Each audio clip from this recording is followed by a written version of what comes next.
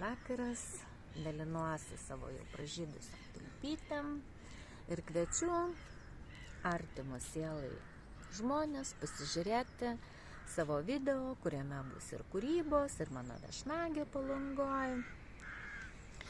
Tikrai, manau, bus įdomu. Noriu pasidalinti savo naujais darbeliais. Šitas užtemimas man inspiravo tokią naują idėją.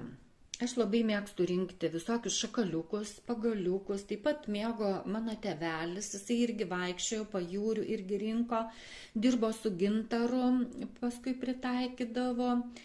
Na va, o aš pagalvoju, o kodėlgi man nepritaikius prie mano keramikos? Jinai tokia neišlaižyta, gan paprasta ir kažkaip man va tokia kilo mintis. Ir aš, taip žinokit, kelias dienas čia kaip tik užsiminėjau lipdymu. Va tokie du nauji katinukai, sėdintis kaip ant supynės, žiūrintis į tokį siūlų kamoliuką. Nefokusuoju. Va. Taip pat padariau tokį driežiuką. Labai buvau gražiai padariusi su kojytėm aš jį, bet aišku, tos kojytės labai trapios ir va tokį radau šakaliuką ir pagalvojau, kad gal visai, čia tokia smilkalinė, gal visai jinai ir gražiai tinka. Aišku, viskas čia yra, žinokit, dar pradinėse stadijose. Reikia dirbti ir su to medžiu, irgi išvalyti, kažko padengti. Taip, kad dar čia viskas džiūsta. Taip pat norėčiau tos katinukus ir nuglazūruoti. Na, tai va tokie mano nauji darbeliai. Tikiuosi, patiks ir jum.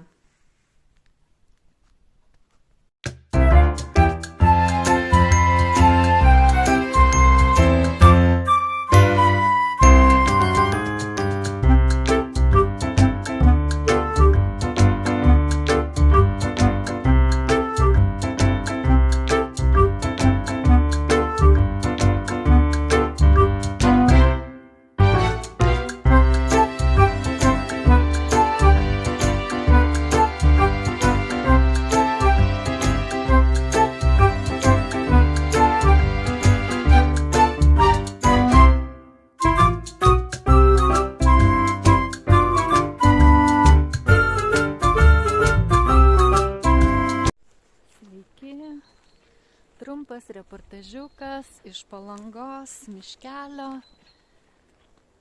Lankiau šiandien draugę, kuri yra po operacijos, reabilituojasi. Ir dabar dar nutariau nueiti prie jūros, dar pabūti, pamedituoti. Va, kaip gražiai paukščiukas čiulba. Tai va. Ir truputį pasidalinti šiandienos tokiom emocijom, kadangi labai tokios reikšmingos dabar dienos, vėlgi tie visokie užtemimai, šiaip man jie buvo labai, tiesiog man prasiveržė kūryba, aš lipdžiau tas kelias dienas, tai gerai jaučiausi kūrybiškai. Bet va tas toks noras pabūti vienai, pabūti su savo mintim, tiesiog jisai manęs neapleidžia. Ir aš taip pat ir džiaugiuosi ir suteikiu savo tą tokią galimybę. Na, o dar noriu pasidalinti ir tokiais žemiškais dalykais. Važiavau maršrutiniu ir daug metų aš važinėjau į Palangą ir man tas maršrutinis kainuodavo 2 eurus. O šiandien man jau kainavo 3 eurai. Taip, kad kainos kyla žaibišku greičiu. Kaip ir vėlgi visokie politiniai dalykai, visokie vėlgi tie gąsdinimai, tie žmonių kiršinimai. Todėl galvoju, kad turim išlaikyti tą pagarbą, suprasti, tokius truputį giliau mąstyti, kam yra visa šitai daroma. Kaip tiesiog nepasiduoti tai tokiai provokacijai, tiem tokiam kažkokiam žemom vibracijom. Nežinau. Siūlau visiems labai saugoti savo tą sveikatą, saugot savo gerą nuotaiką, į viską žiūrėti truputį kaip iš šono. Tai va, o dabar noriu pasidalinti gražiais vaizdais, jūros vaizdais ir pasidalinti savo gerą nuotaiką ir gražia saulėta diena.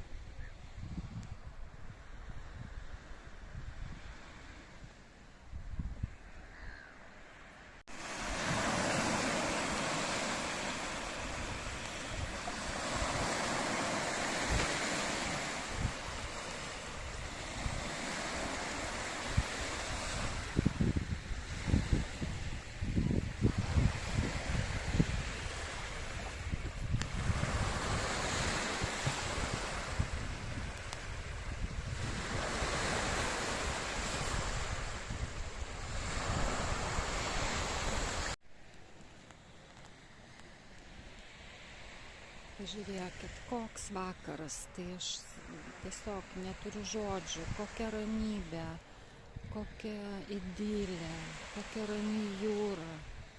Aš manau, kad tokios ramybės ir tokios harmonijos nori visa žmonija.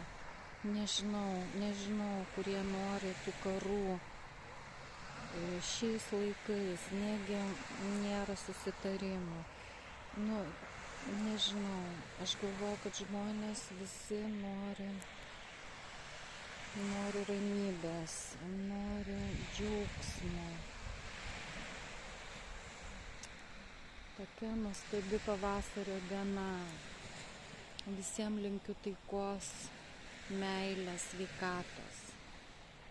Ėjau ir žiūrėkit, kokius priėjau čia grožius, menus, o labiausia tai man patiko šitie baibokiukai iš akmenukų. Tai jau čia yra mano stichija ir žiūrėkit, kokie padaryti visokios gėlytės, visokie čia gyvūniukai, augaliukai iš akmenų, sudėliota, kažkaip pritvirtinta.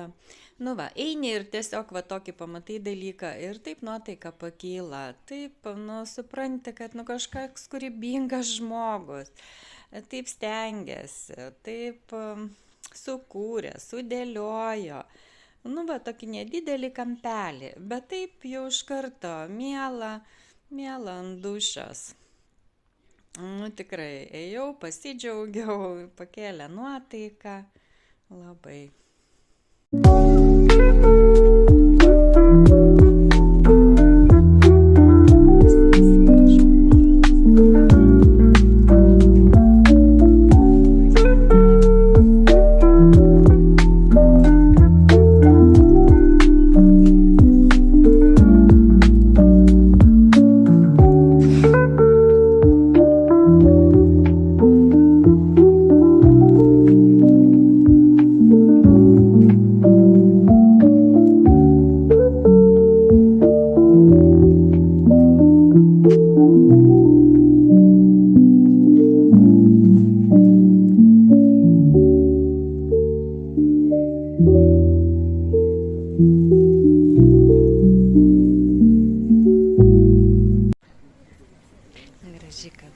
priėjau, tokia fotokavinė.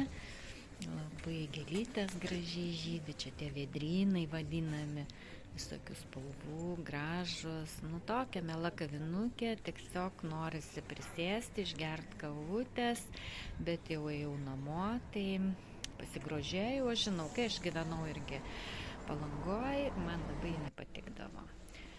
Na, o čia dar aptikau, eidama jau įstoti, tokią krautuvėlę, labai mielą, sendaikčių, visokių grožybių, visokio vintažo, antikvariato ir gražiausias tai fotelis, į kurį jau buvau pavargus, tikrai su mielu noru būčiau prisėdusi, pailsėjusi. Ne, va, tokios Palangos gražybės šiandien.